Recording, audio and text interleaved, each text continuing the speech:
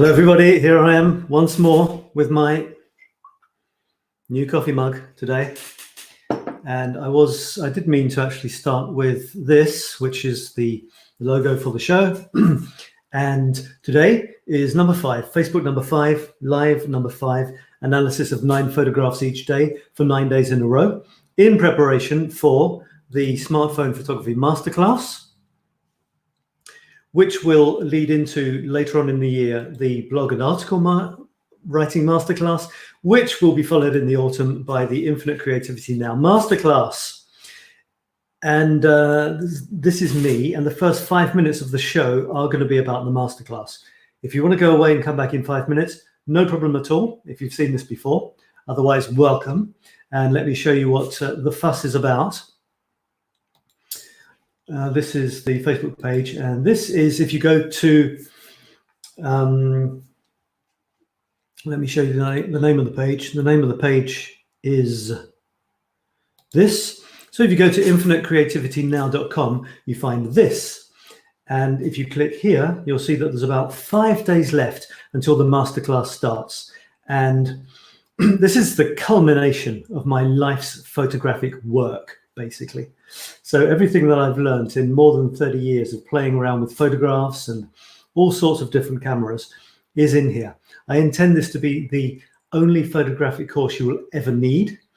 It's over 9 weeks, and there are actually 2 break weeks or catch-up weeks in the middle. So the pace is very, very doable, and it's based on a system which has put everything together that I could possibly find to make this the most motivating, exciting, stimulating, and fun course where you finish with reaching an objective. So there are goals as well, but there are goals that you set, and you will achieve the goals. And they're it's the goal that you want to achieve. So check out this page. I don't have time to go through it now, but at the end, the last 10 minutes of this show, after the analysis of 9 photographs, more actually, I've snuck another couple in, I will go over this for 10 minutes and you can ask any questions you like. Yep, so I've still got a couple of minutes. So the masterclass itself is all the photographs on this page, by the way, are taken with my smartphone. And some of them, not even this one, which is a really nice one. You know, others lower down the range because, to be honest, well, apps are fun. They can make your photographs look pretty amazing. But before you even point a camera at something, you've got to have something good in mind. So much of the course is about developing your photographer's eye. There are 5 modules. I'll show you. The first module is literally the joy of photography. It's discovering what is photography? Why do we love looking at images so much? And what makes a good image? And that really gets us in the mood. That's the very first week. But attention, as the French would say, I live in Paris.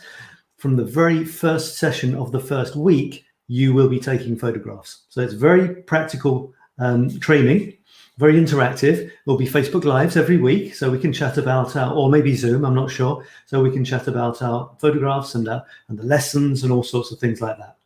Module 2, so module 1 is 1 week. Module 2 is 2 weeks. So we build up and then we build down. So module 2 is about mastering your camera and the necessary apps that you need to know about. So I call that the introductory module, the basic module. Once you've got that sorted out, you're ready to move into the middle module. Now, this is truly the core of the program. This is 3 weeks. It's the longest module, 3 weeks, but it's split into 3 weeks. You know, each week has a different theme. And there's lots and lots of little exercises with little wins. You get immediate little wins. You click buttons. You get celebratory sounds. It's all very good fun. And this is all about composition, lighting.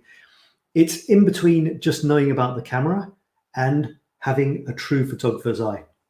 When you get this sorted out, you're ready to go. You're ready to go on to level 4, which I call the advanced level, but in fact, you're ready for it. You're absolutely ready for level 4, module 4, which is called Develop Your Photographer's Eye. That's where we move into a different level of photography altogether.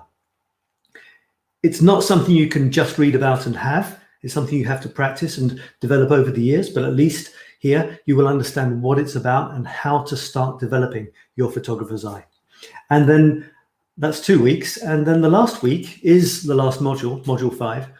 And it's where you present your work and graduate. You graduate from the school, you achieve your mission accomplished, you get a very nice certificate. But the most important thing is you finish with a beautiful portfolio of photographs, which you exhibit. So you can exhibit very openly to the entire world, live, in a real gallery, if you like, print them out, have an exhibition, or you can make it more modest. You can have a little show in your living room, you could put them on the wall, or you could literally have a slideshow on your computer for your family, your kids. You know, there's no pressure. You can take it as seriously or as relaxed as you want. And or you can give a little exhibition to us in the group, which I think would be a very nice thing to do. We will all be doing that anyway, of our photographs that we've finished with. They're in 9 themes, so you've practiced 9 different ways of taking amazing shots over the 9 weeks. So if you want to know more about that, I'll be doing another 10 minutes on the same thing, but a bit more depth later on.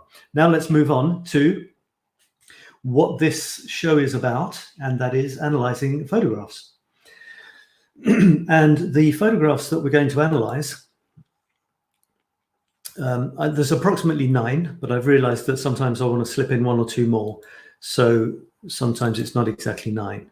And application window, I'm going to show you. Right, here we go. Right, let me get rid of some of these banners so that you can see everything properly. I'll get rid of the masterclass warm-up one as well.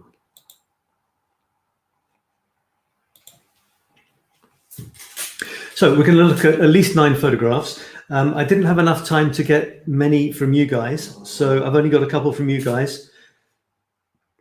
So I'm going to compare a couple of my photographs with your photographs, and I'm actually going to take a few more of my photographs and illustrate a particular photographic point. So I hope that'll be interesting for you, and it gives you a chance to see some more of my work. Lucky you. So I'm going to start with this one. Now, just before we go, if you want to make comments and you want me to see them, you need to be on facebook.com/𝗪𝗺𝗺. Otherwise, I can't see your comments. I'd like to see your comments. That's where I will see them, and I can reply to you. If you want me to see who you are when you comment, you need to go to streamyard.com/Facebook, and you just accept. You say, yes, you can show my name and my Facebook picture. All right. So you want to comment, go to facebook.com/𝗪𝗺𝗺 and watch this show there now. Otherwise, carry on watching where you are. But it's very, very nice to know that you're there. You know, I do like that, to see that there's people watching. So there are people watching. Hello, people watching. Right, let's go straight into these shots. And yeah, I mean, sorry, I'll just say exactly what I said again. And that is that when I'm analyzing them and talking about them, it's so nice if I get comments, because then I can react to the comments. And when you make a comment, say which photograph you're commenting on, because I might have moved on by that time and I don't know what you're making a comment on. This is all of these photographs are in my Paris, When Lady Eiffel Smiles series. It's a series. I recommend you do this. I started 2 years ago, more than 2 years ago, on the 1st of January 2018, I decided I needed a new creative challenge. So I decided to start taking photographs every day again. I've done this before, I'd had a break, and I was getting frustrated. I had the medium. The medium was photography and also writing, but I didn't have the structure. So I decided to try a structure. I didn't know what would happen. So I started taking photographs and publishing them every day on Facebook. And I haven't stopped. So today I'm around about publishing number 760 or 770. Just because I chose the thing I love that I was doing anyway, before I decided to discipline myself. Then I gave a discipline, I gave a structure, and that gave me even more motivation. So this is all in that series. This is in a place in Paris called Montmartre. It's not right on top. It's about halfway up the hill. And it's a little it's not a passageway, it's one of these stairs, because stairs, Montmartre's a hill. And of course, on hills, you have slopes. And on slopes, to go up and down in towns, you need staircases. And there are a ton of staircases in Montmartre. Maybe your town has something similar, I don't know. So this is actually on a staircase going down. You can't see the stairs, but you can see the levels changing of the buildings. And as it happens, these buildings are particularly picturesque. So I've tried to get a nice shot of this. And I must admit, on my photo tours over the years, I've taken shots of this. It's so nice. You've got these old shutters. You've got almost invariably a couple of very, very nice plant pots here. You've got this nice typical Parisian number plaque thing. You've got a lovely old lamp. You've got some chimneys. Every time I take a different angle. I mean, this one, I don't know if this is better or worse than average for me. I do try to put the lamp, when you've got a lamp, and Alice will appreciate this, when you've got a lamp, normally lamps are pretty. So don't have it interfered with or interfering with something else. If possible, have a lamp against something plain. The sky is pretty good. But if you haven't got the sky, then here, you see, I tried to put it against this plain bit of wall and not touching these shutters just to its right, because that would be a shame for the lamp and a shame for the shutters. I would say, unfortunately, if I hadn't been taking this in a bit of a hurry, I wouldn't have had the top of the lamp here on the top left touching these chimney pots. You see it's touching slightly? That might seem like a minor point to you. But if I'd gone up a little higher, if it was possible, this lamp, which is nearer me than the background, would therefore have gone down, relatively speaking, and would have fitted beautifully into this space here. And I know that I've done that in the past. So the chimney pots aren't chopped by the top of the lamp. These are little details, but that's what I'm about. It's the little details here, there, left, right, center, up, down, background, foreground, and all sorts of other things that will make the shot really good. You know, I mean, it's all about, you know, the edges. I don't know if I did this on purpose, but if you look there, you see there's the shutters on the left-hand side there. They're touching the edge there. And on the right, there's a similar, very thin grid there. I can't remember if I did that on purpose. Maybe I cropped it that way afterwards, but it gives a kind of coherence. It's like a frame within a frame. It gives you a point of reference. And you've kind of got my hand when I demonstrate is normally the opposite way around to the photograph. I can't help that. It's my camera. You've got you need balances. You need balances. So you've got a big lot of shutters here. Then you go down, you've got a smaller lot of shutters. Then you've got one tiny little sliver of shutter here. This is a kind of pleasing balance. Threes are a nice, pleasing balance. After that, you've got a bit of greenery down here. And, well, I processed it. I did process it afterwards to give it this lovely color, because it wasn't this color in real life. So I made it, well, warm, orangey. And I love it. I absolutely love it. You know, there's all sorts of filters you can use. You can go over the top. You can go sort of just make it a little bit more towards, for example, warm sunny day. It's up to you. There's a personal choice, but also sometimes you can go too far. Right, let's move on to someone else's photograph. And this is an interesting one. It's from 𝗪𝗵𝗪. And 𝗪𝗵𝗪 says, oh, I do have a comment here, actually. Now, would you have taken the photo inside the construct? I'm not sure. Oh, actually, this is a comment that's coming with another photograph in a minute. Okay, right, I'll check that in a second. All right, so we've got 𝗪𝗪𝗪, and 𝗪𝗪𝗪 says, so I take this photo and then I look at it and I don't like it at all. That's almost my problem with all photos. Any suggestions welcome. I was a bit perturbed about this because it's a shame if you take photographs and you don't like any of them. But hopefully this is the place to be to change that. And so I actually had a little conversation with her because I wasn't sure why she didn't like it. And it's, you know, I mean, she could say she doesn't like it, but I could say, yes, you're right, it's crap. Or I could say, don't be ridiculous, it's beautiful. Or what's wrong with that rainbow? So I needed more information. That's why I asked for a question. When people submit or post photographs, it's no good just saying, here's my photograph, what do you think? because I could think lots of things, but it just doesn't matter. It's whether I can relate what I'm saying to the way they see their photograph, because otherwise it's irrelevant what I think about somebody else's photograph, totally irrelevant, unless they tell me. So I was thinking, well, here's a rainbow. Rainbows are beautiful. I love rainbows. What's wrong with a rainbow? So she came back saying things like, well, it didn't seem as bright as when I looked at it, probably not as impressive, or didn't sparkle. I don't know. But basically, very often, photographs don't look as good as in real life. You can exaggerate photographs to make them look more impressive than in real life, but then you kind of know that you're cheating. So how can you genuinely make something beautiful in nature look beautiful in the photograph without cheating, without people saying, I see you really saturated the colors there, or you used such and such an effect? Because that probably isn't what you want to do if you're trying to glorify the natural beauty of the world around us. Well, I would say, at the basis of it, you have got a beautiful rainbow. It's very nice. You can see all the different colors. Look. So there's no worries with that, but the rainbow is respectable. I'm not going to criticize this rainbow. The first thing that hits me is, well, there's only rainbow and clouds.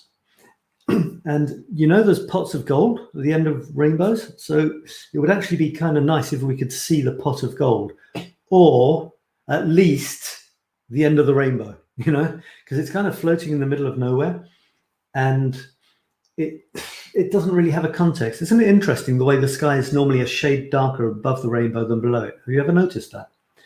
Also, have you ever noticed that there's normally two rainbows? Although I can only see one here. But very often, if you just look a little bit further out, normally, there's actually normally two rainbows, which is pretty cool. Yes, there is. I can see it here. It's very pale, but it's there.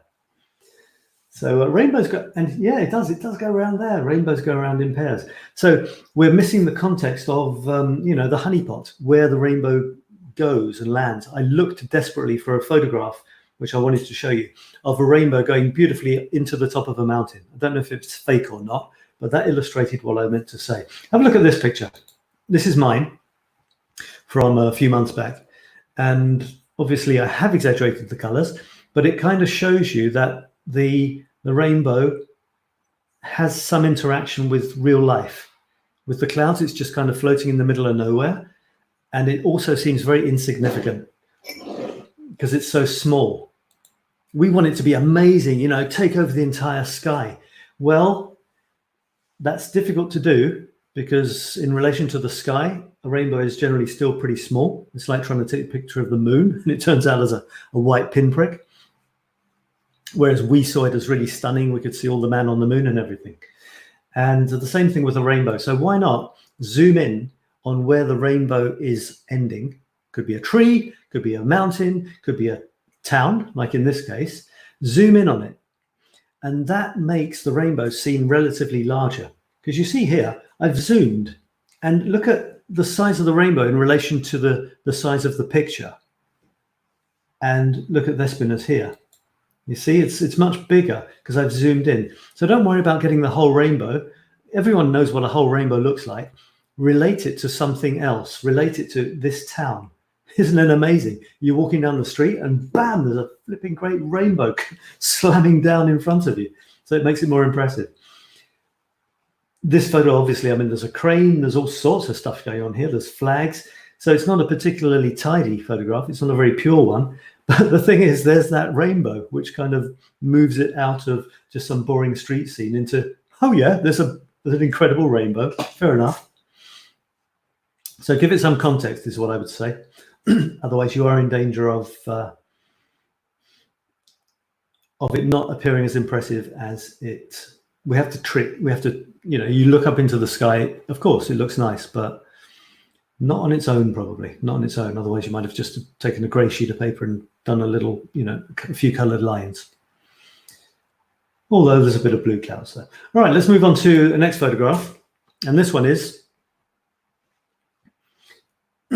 from 𝗕𝗘𝗖𝙗'𝗪. Don't know how to say it perfectly. Working on it. And this is good. I've got plenty to say on this, and I'm also going to show you a couple of my photographs. to illustrate certain points. She says, would you have taken the photo inside the construction? So there's this kind of wooden construction outside along an alleyway. In fact, there's a whole load of them. Look, they go into the distance. It's a bit like a train tunnel. And would you have taken the photograph inside the construction to naturally zoom in and get closer to the end? I like it, but feel that the entrance kind of takes away from the mystery. The entrance, this open bit here, where you're actually outside of the first structure? You think that takes away from the mystery a little bit? Oh, and definitely too much ground at the bottom of the photo, right? Oh, I don't know. We'll have to see. She's talking about this, you see, this bit here, because she knows that sometimes I ask people if they don't feel you could chop a lot of the foreground. Sometimes you see a photograph, it's, say, a third sky, a third sea, and a third sand. And sometimes the bottom bit of sand is like a huge amount of sand that you don't need that much sand in the photograph. So she's wondering if there's too much of this foreground here. It's only about a quarter or a fifth of the photograph, though, for a start. And there's something else about it, which means I probably wouldn't chop it. So would you have zoomed in? Would I have zoomed in? Zooming in would get rid of the edges. Would get rid of these edges. That's one thing you could do. You could zoom in with your lens if you have that possibility, or you could walk towards it, which would have the same thing, but the perspective of certain things would change. So, well, you could, but I wouldn't, because this is such a pretty thing. And talking about the subject, what is the subject? Well, it would, if you moved in so that this is like a frame within a frame. It's very pretty. It's in nature, but it looks like it fits in quite nicely. It's made of wood by the looks of things. So why would you chop a frame, a natural frame within a frame? That's a nice, strong compositional element. And it's great when you can find it. You should look for them. So no, I wouldn't. You could move a little closer, but I wouldn't chop the top of this point here by putting it against the edge. I wouldn't lose the green trees on either side of this thing. No, not at all. You can decide on cropping. Do you want it? Could it be squarer? Possibly. But you ask a specific question, and that is too much ground on the bottom of the photo, right? I wouldn't say right. No, I would say it's fine. And why would I say it's fine? Well, it's a tunnel, and we have to look at what we're seeing and imagine photographic ways of almost exaggerating that. Because once you've got the photo, it's a flat piece of paper or a screen. So it's not what you were seeing. Remember, when you're seeing nature, you're actually seeing far more than the photograph. You're surrounded by those trees. They come out and over you, and you really have the feeling that you're in a tunnel. But when you've got the photograph, bam, it's flat. And sometimes it's disappointing, like Thespino's rainbow. So we need to use devices to kind of exaggerate what we're seeing. You've got this lovely tunneling effect. It's marvelous. Maybe you've got 3 or 4 of these kind of trellis things here. I'm not sure. But why wouldn't I chop any of the foreground? Because of these lines. You see these lines here, 1 and 2. These are actually the lines, the edge of the path, which continues way down here. You see right into the distance to that tiny little green square thing at the end. And this one too. Although you can't really see them, they do continue. They continue down the edge of the green there, and then further on, and on the edge of this green. So this leads the eyes into the tunnel. And I definitely wouldn't lose those, because they're an invitation to come walk with me into this lovely covered, it's not a tunnel, is it? What do you call it? I don't know. Archways through the woods with that beautiful green lighting, which is lovely. So they help. And I'm going to compare that with a couple of photographs of mine. So this is one of my son in the Paris metro system. Paris has got a lot of tunnels and walkways, moving walkways. And I think I mentioned in another of these warm-ups, masterclass warm-ups, that these tunnels have got a crazy amount of lines going into the distance. I mean, just look at it. Right the way around, you can't go like about a meter or two zip, without hitting a massively strong line surging towards this final vanishing point here. Look, every time I cross a line, and this isn't all the lines, you know, bam, bam, bam, bam, bam, bam, bam, bam, bam, bam, bam, bam, bam, you know, and they're all really strong, thick lines slamming towards that vanishing point, as is my sun. So if my sun wasn't there, it would be a pretty impressive picture, but it would be sterile. There's no human interest whatsoever. So not only have you got human interest, he is running, so there's action. He's running in the direction of the vanishing point, which helps the feeling of zooming towards that vanishing point. He's my sun, so if you happen to know that, it makes the photograph more personal and therefore more powerful emotionally. There are other people in the distance, you can just about see them. So there's a kind of an echo of people being drawn towards this, sucks into the bowels of the Paris metro system. And finally, no, just before finally, he's wearing a nice colorful green and red, whereas the rest of it is all this kind of somber, almost menacing yellow type of lighting everywhere, all the way around, apart from the silver there. So that's a nice contrast as well. And then the final thing is the vanishing point is up here in the top right. It's almost perfectly, you know, a little bit above the middle, a little bit off to the side, and that makes the image so much more interesting. He might be a little bit too close to the middle, but if I'd cropped him more to the edge, then I would have lost the shadows of his feet. You see those shadows down at the bottom? Those give a sense of movement. You see, because the shadows aren't touching his feet, there's a space in between each of those feet shadows, or reflections maybe, I'm not sure, and his feet. In other words, he's in the air. In other words, he's running. In other words, he's excited. There's action, there's emotion. He's excited to be running down the passageway of the metro system, which he loves.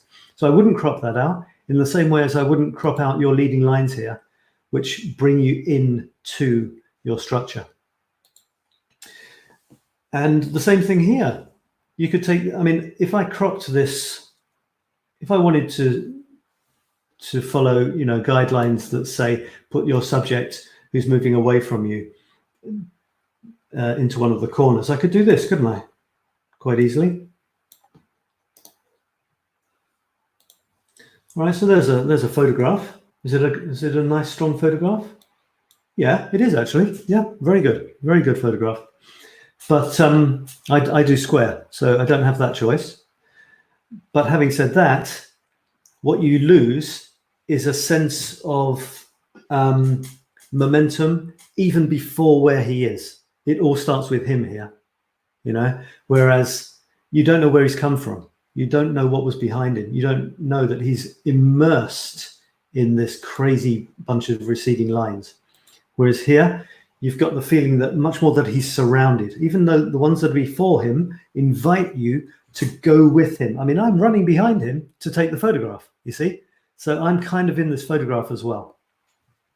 So that's another reason why I wouldn't go completely up close to him, because you lose a sense of the spaciousness of the place, which you need. Like I said, photographs are flat. You lose everything that is outside, but in real life, you're surrounded by it, including those lines going behind me. So try and keep a bit of that, give a bit of space. And again, nothing is perfect. I'm not sure about this. You know, it is what it is, but for what it is, it's a pretty strong photograph, I think. Receding lines are very, very strong compositional element. Now, the next photograph I'm going to show you is in the same style, but it's closer to this. And it's this one. Okay, again, it's my son, and this time he's literally on an old abandoned railway. And you've only got two lines, really. Well, you've got the edge of the fence, and you've got the edge of the path here as receding lines. So there's only about 4 clear receding lines, and he's in the middle of them. He's not running this time, he's walking. There's less space in between him and the edge than there is here, but he's not running, you see, he's walking. And it gives you more of a sense of calm. And he's also on the left slightly, and the lines are receding into the right. And you've still got a bit of space, you see. Before you get to my son, you've got all of this rail here in the bottom left, and you've got this kind of going past him. And this, you see, this line is kind of like he's following it, the one on the left, and this one on the right, which comes to the bottom of the frame, it's like our rail. It's the one that leads us into the picture, and he's following the other one, which is kind of nice. Then I've played around with the colors. I've done something I wanted to, my thing is to, if you saw this in real life, you might be shocked when you realize how boring sometimes real life is, how gray it is, how uninteresting, how seemingly, drab and miserable. So I don't want to represent that. I want to represent what's going on in my head, not what I see as such. I want to add to reality. It's augmented reality, or sometimes it's degraded reality. It depends. So I play around with my images. So that's obviously played around with a lot, and that's art. Photography is art, unless you're some sort of realist and you want to show as faithfully as possible what's in front of you. That's something that people do. If you're taking a picture of someone's graffiti and you want it to look like the paint the artist did, you wouldn't change anything. But if you want to add your own personality to the photograph, you have to do something. And that's what I do. So there's two versions of receding lines to go with the 𝗪𝗏𝗪𝗏𝗪𝗏𝗪𝗏𝗪😂. Now, I'm going to, because I didn't have time to get enough photographs from other people, I'm actually going to spend the rest of the time, the rest of the show, on 5 photographs of mine. But the thing is, they've all got exactly the same elements that I'm going to talk about, plus their individual differences. So I'm going to show you the 5 photographs right now, which you can see anyway. Feel free to comment if you want. To comment, I told you have to be on facebook.com/𝗪𝗵𝗪, just in case you've just joined. All right, so to comment, so I can see your comments, you have to be here, watching this same video. It's live now on facebook.com/𝗪𝗵𝗪. If you're watching the replay, then hello, replay people. You're welcome as well. And you can leave comments because I'll see them afterwards. And just one more thing, in about 10-15 minutes, I'll stop talking about these photographs, and there will be 10 minutes, the last 10 minutes of all of these shows, all of these 9 shows, analyzing at least 9 photographs for each show, finishes with 10 minutes of me telling you all about my masterclass, which is starting in about 5 days. Come on the masterclass, get the early bird pricing, and make your photography soar. Why not? What are you waiting for? Have a look at these 5 photographs and tell me, let me get rid of this, and tell me what the link between them is. Ready? Number 1. Number 2. Number 3. You getting it yet? Number 4. And last, possibly least, I don't know, number 5. Right. And in reverse order, 5, 4, 3, 2, 1. And I'm not quite sure why I chose this, but it suddenly occurred to me that I was looking at one screen of photographs, because I'm up to 750 or 770 now. But on my computer screen, I had about 25. And I suddenly thought, oh my God, 5 of these photographs have got a bright bit of red up in one corner, you see? So there's this one, it's a lock with the Eiffel Tower behind. I probably didn't have to tell you that. And I've placed this lock up in the top left. What is the subject? Is it the lock or is it the Eiffel Tower? You might say that a photograph with the Eiffel Tower in, it's obviously the Eiffel Tower. And yet, how many stupid photographs have been taken of the Eiffel Tower? Who wants another one? Having said that, it's my thing. She's my muse. She inspires me. Forgive me, humor me. She inspires me every day of my life. And every photograph that I post has her in it or behind it. But one of my artistic challenges in life is to take regular photographs of the Eiffel Tower, like I did today, by the way, and make them all different. So that means from time to time, it isn't going to be a picture postcard shot of the Eiffel Tower. There's got to be something else. So anytime I'm walking around the Eiffel Tower, I'm looking for things I can do to get that original photograph. These were locks on a bridge, and I looked through them. I squatted down and looked through them and got this photograph. I had a choice. I could have made the Eiffel Tower sharp and the locks fuzzy, or what I did here. I went, what do you think would have been stronger? Eiffel Tower sharp, surrounded by fuzzy locks, or the picture you see here? And your answer is valid. It's right. There's no right answer. There's no rule book for photography. There are guidelines. Some people even call them rules, but they're not. If you like it, then it's good. So you've got two broad choices. I didn't put the Eiffel Tower sharp because, for one thing, everyone knows what the Eiffel Tower is. So you just need the shape of it, and you know what it is. So why not do something different? The locks, no one has seen this lock before, probably. And it's a really interesting shape. And it's red in the midst of Goldilocks. Goldilocks and the red. I can't think of anything clever to say about that. Goldilocks and the three bears. Goldilocks and the... No, I can't. Damn it. Anyway, so that's fun. Look for the one odd one out in amongst others that are all the same. This is a good way to make a subject. One red lock in the middle of a whole load of gold ones. So you've got that, plus you've got Goldilocks on the right-hand side as well.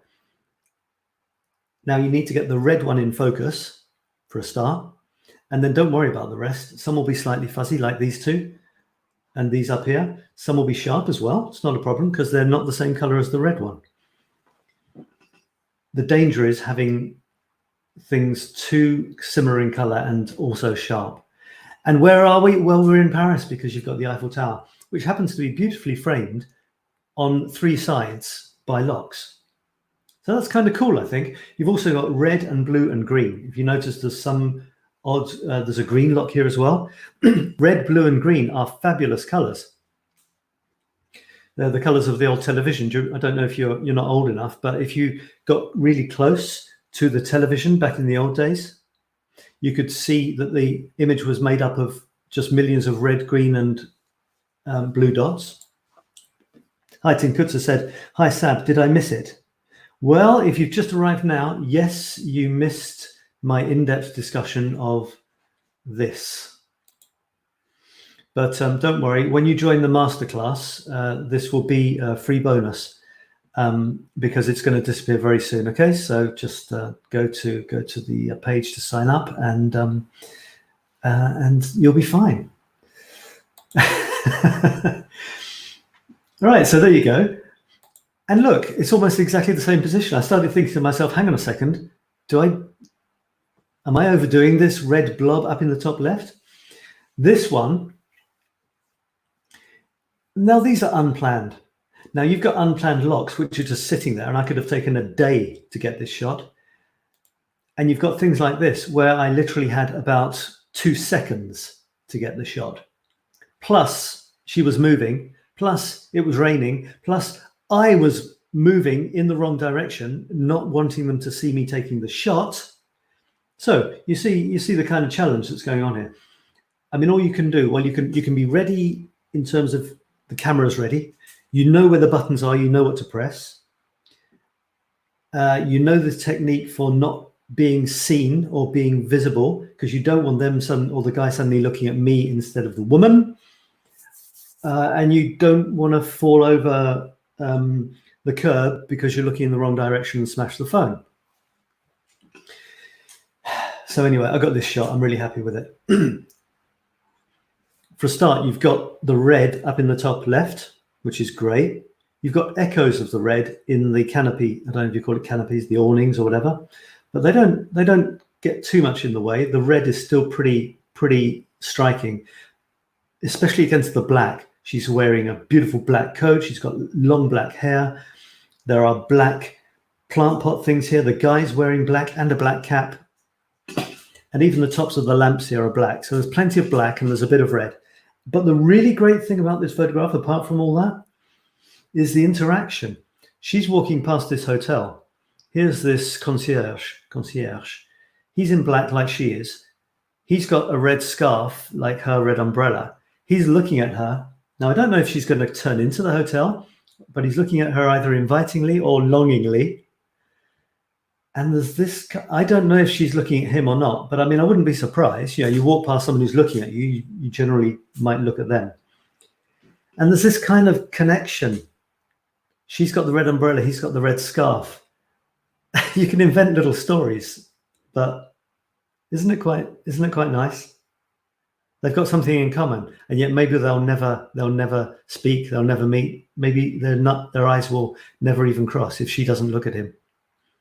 And yet there they are, two people that like red and black, living their little lives in the rain. So I like that one. And the background gives a lot of Paris context as well, doesn't it? You know, you've got these lamps, you've got this is on a very, I think it's Avenue Montaigne, a very posh avenue. This says Forbes here, so it's a it's a really posh hotel type of thing. Yeah, so there you go. And let's move on. This is one of my major hunting grounds. It's in a Paris train station. I mean, there's hundreds of train stations of different types.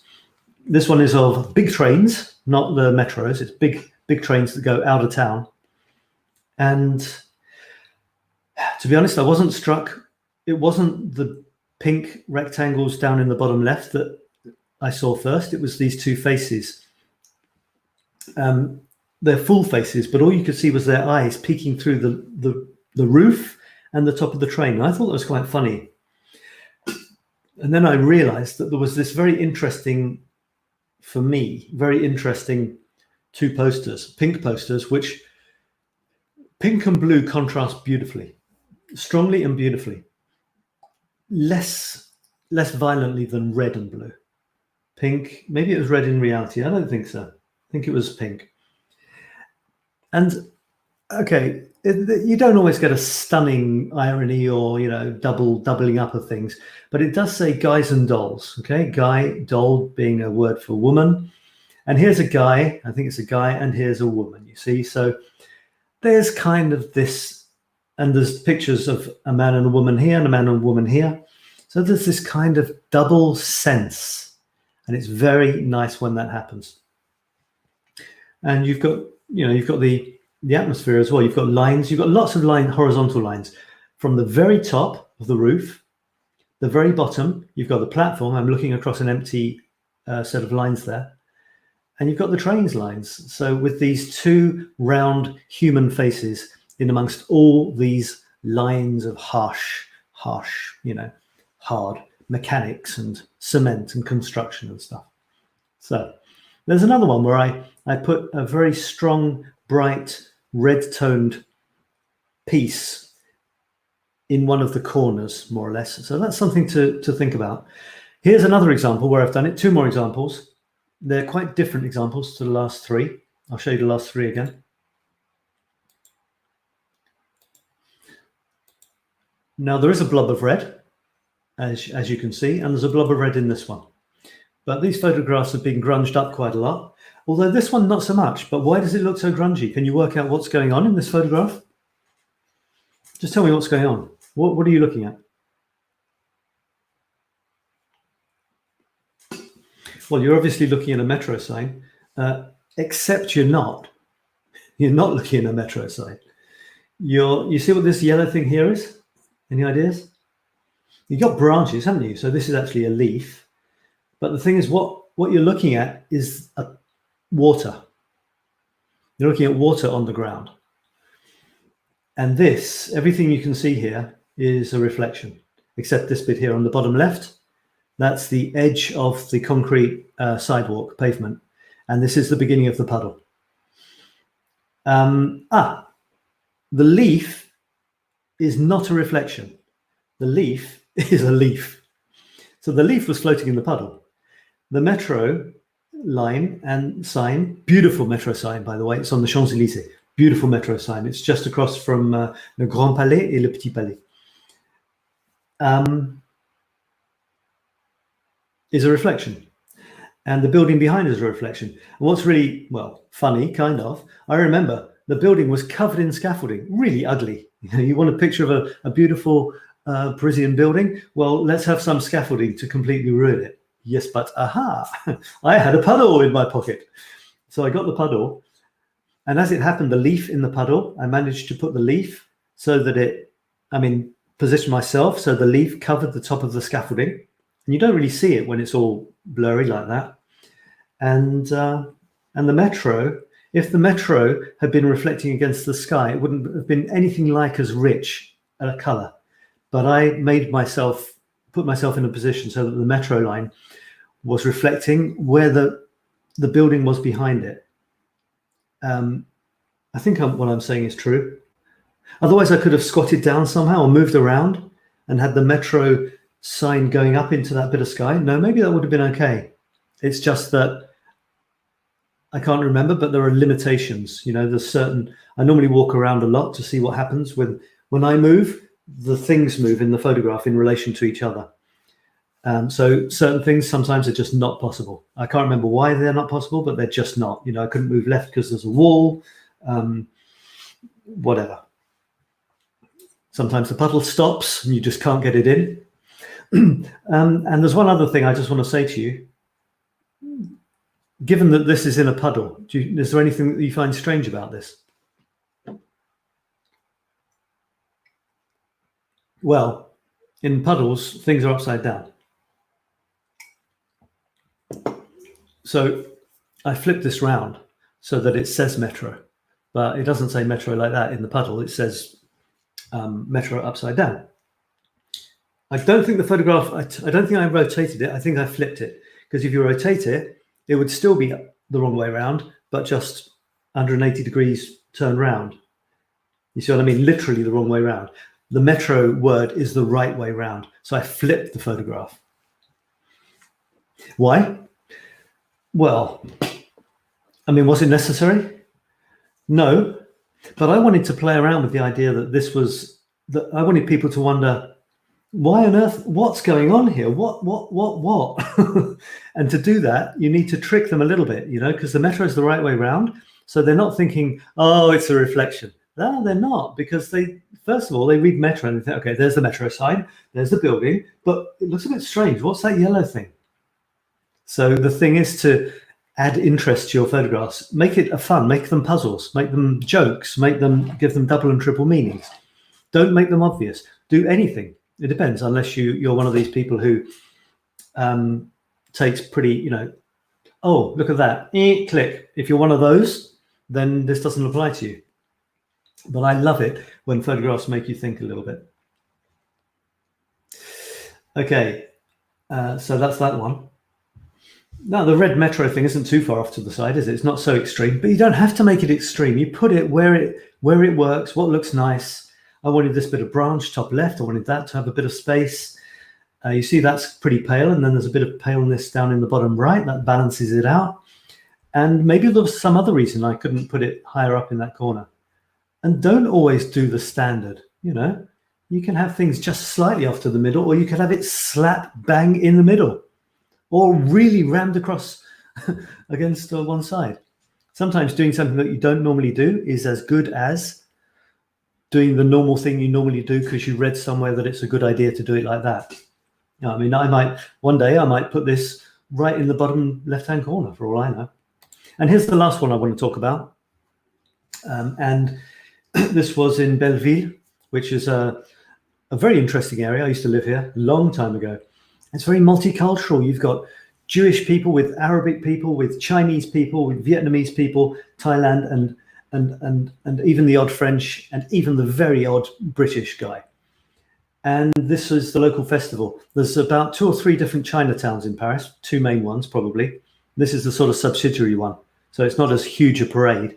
But, you had a guy, he managed to remember to put his dragon trousers on in this morning.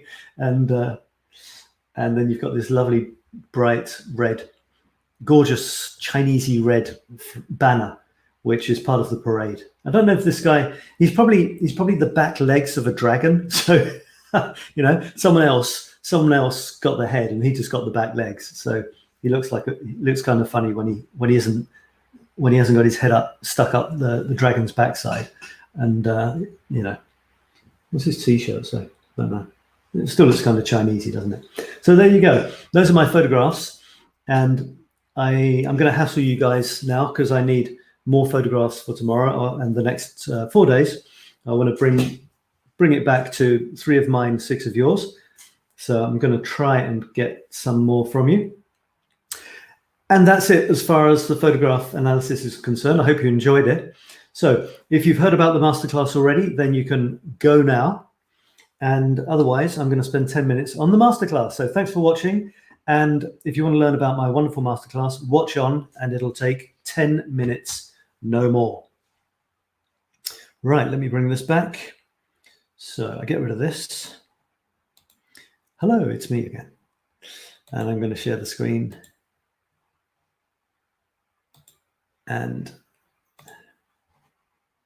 here we go. My pride and joy.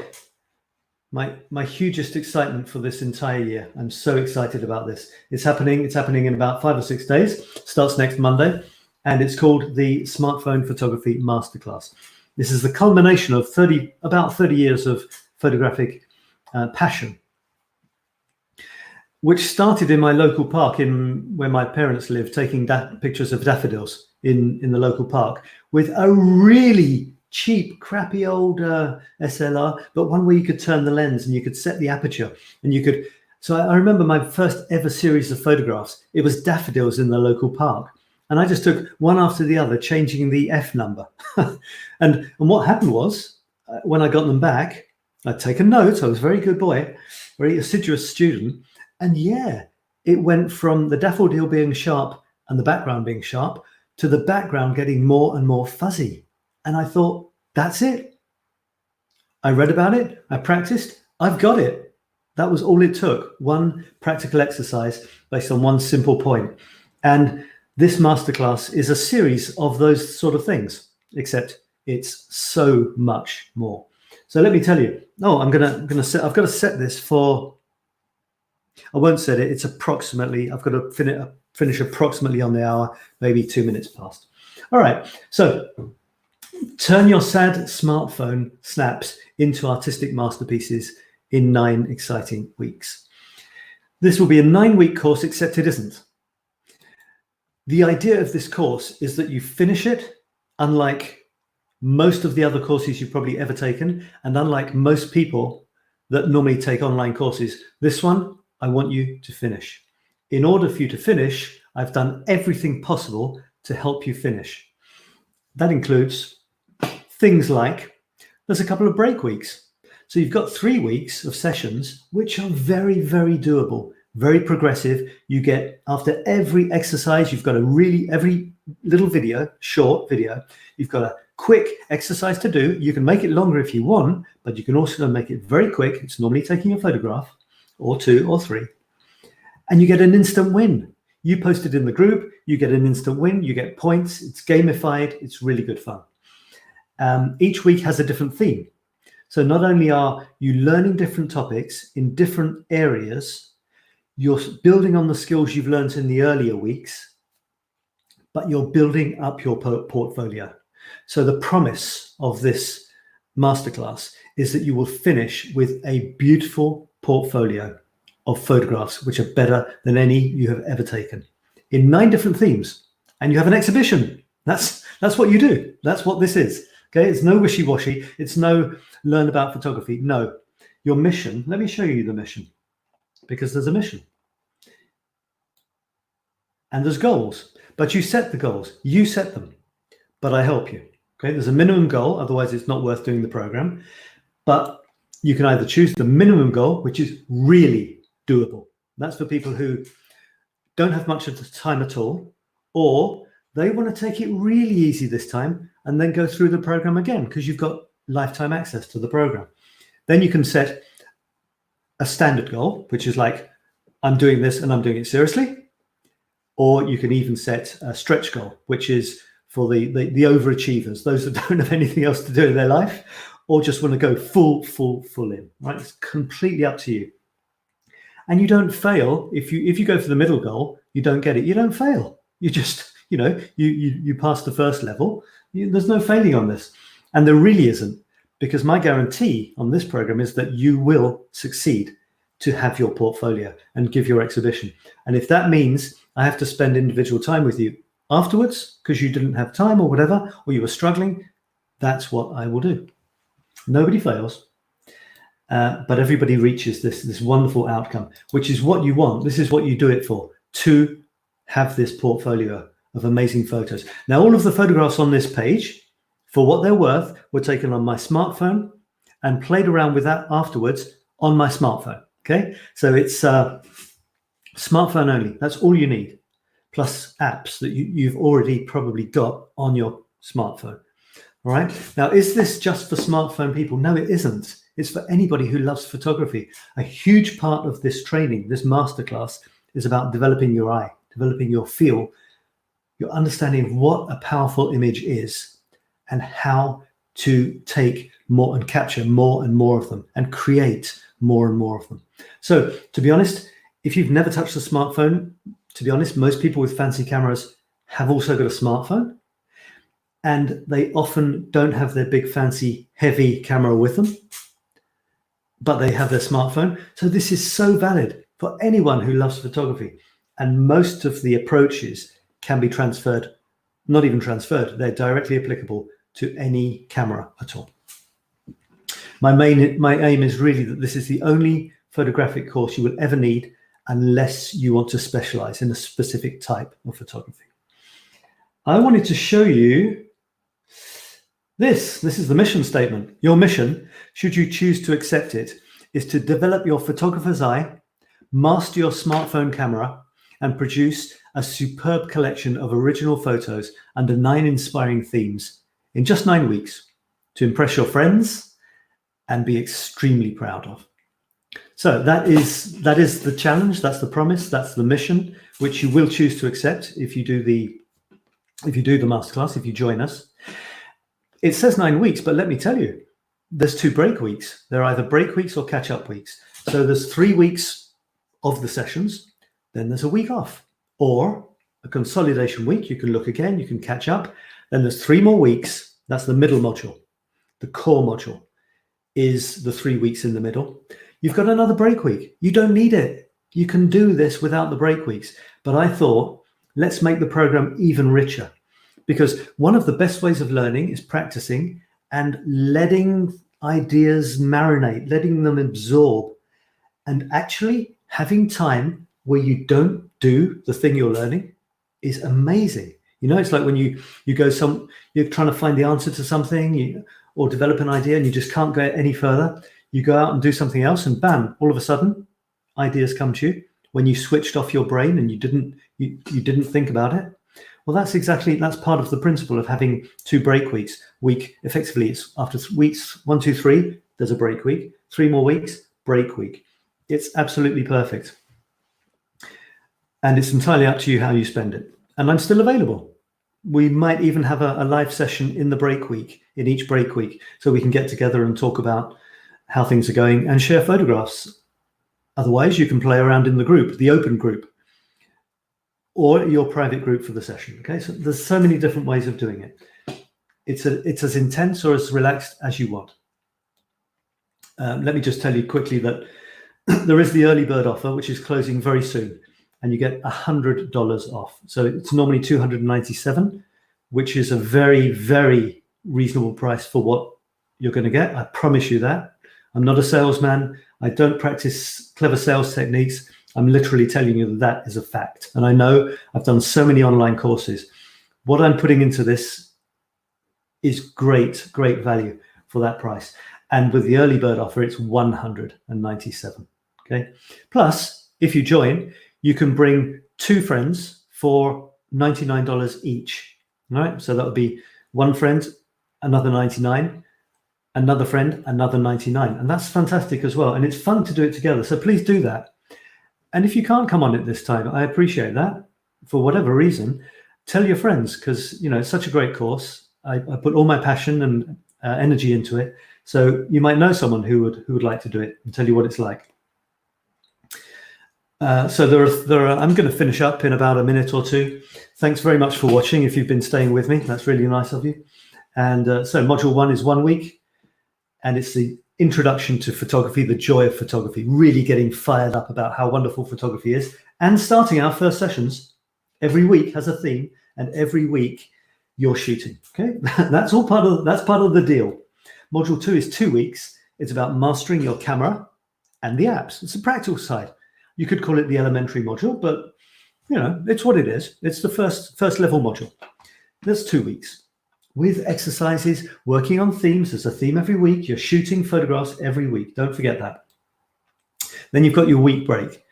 Then you've got 3 weeks on module 3. It's the core module. It's all about composition, lighting, choosing the subject. It's vital. When you've got this, that's it. You are ready to zoom ahead to module 4 after a week break. After 1 week's break, you've got module 4 is 2 weeks, module 5 is 1 week. You see how it works? 1, 2, 3, 4, 5. 1 week, 2 weeks, 3 weeks, 2 weeks, 1 week. That makes 9 weeks. And this is developing your photographer's eye. This, if anything, is the true heart. Okay, it's not the core, it's the heart. It's where you take your photography to the next level. After this module, your photographs will never look the same again. And it's more than just having nice, pretty composition. It's putting your soul into your images. It's calling on everything that you've lived in your life, culminating in this one moment of pressing that button or clicking the shutter or whatever you want to call it. You're bringing everything into that moment, everything that has influenced you, pleased you, displeased you. It comes into that photograph. Okay, you might look at the photograph and not think it's that profound, but that's what this is about. It's about calling on everything. It's being open to experience, open to influences, open to intuition. You don't know why you want to do it like that. You're just going to give it a go. This is a wonderful module. And I call it the advanced module, amongst other things. There's a lovely metaphor, or a couple of metaphors I have running through this, which is yet another way of helping you get through the course, helping you finish it. One of which is the metaphor of climbing a mountain. So that module 4 happens to be called Hitting the Heights. And module 5 is called Playing the Peaks. And module 5 is presenting your work and graduating. You give an exhibition, however modest, however grand, it's up to you, from the simplest little in our group presentation of your work to a real exhibition in a real art gallery with your photographs on real paper, on real walls with real visitors. It's entirely up to you. But we will do something to celebrate you graduating, you finishing the course. And there are bonuses. I'll let you read that because time has gone. My 10 minutes have gone. And yeah, there are bonuses. And there's yet another bonus. And that's actually my photographic analyses that you're seeing today. And in the other 8 warm-up sessions, that will make about 81 photographs being analyzed. I get rid of the stuff about the masterclass. That is another bonus, only for you guys. It will disappear from the Facebook group that it's in right now very quickly. That's it. Thank you very much. So the place to go to find that is infinitecreativitynow.com. I'm here for you to answer questions, to tell you about it, to encourage you, to tell you that, yes, it will be great. Yes, you will take amazing photographs. And yes, I am really looking forward to starting it and to meeting you. So that's all for now. There's 4 more of these for over the next 4 days. Please send in anywhere that you see something about these videos, these Facebook Lives. Put your photographs. I want to see them and I want to talk about them. You know me, in the most positive and constructive way. Criticism isn't really a word that I use because of its negative connotations. I prefer analysis and appreciation. And Yaruska is saying, hello. Hi, Yaruska. Thanks for watching. And Karen is saying, so you flipped the picture or else the sign would have been backwards in the reflection. The sign was backwards in the reflection, Karen. If you imagine,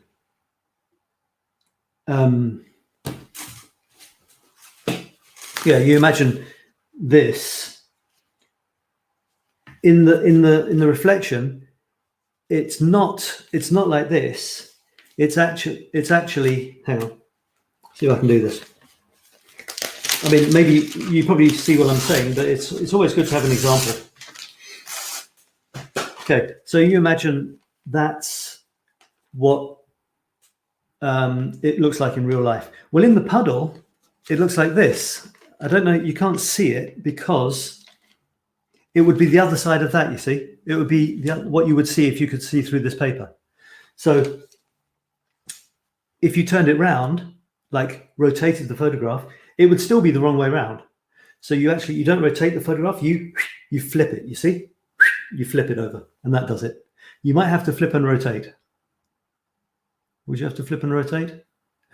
No, you wouldn't have to flip and rotate. You just flip it around the horizontal axis, boop, and it comes back to what it looked like in the in real life, something like that. But I might have had. I'm not exactly sure what I did. I'm not exactly sure what I did, but yeah, I will have flipped it. Anyway, I shouldn't be talking about this. I should be saying goodbye. So thanks everyone for watching. A real pleasure to have you here. And there's 4 more of these. Send in your photographs for me to talk about. Please, please, please. Thank you. And see you tomorrow for more of the same. Bye for now. Don't forget to sign up for the masterclass. Early bird.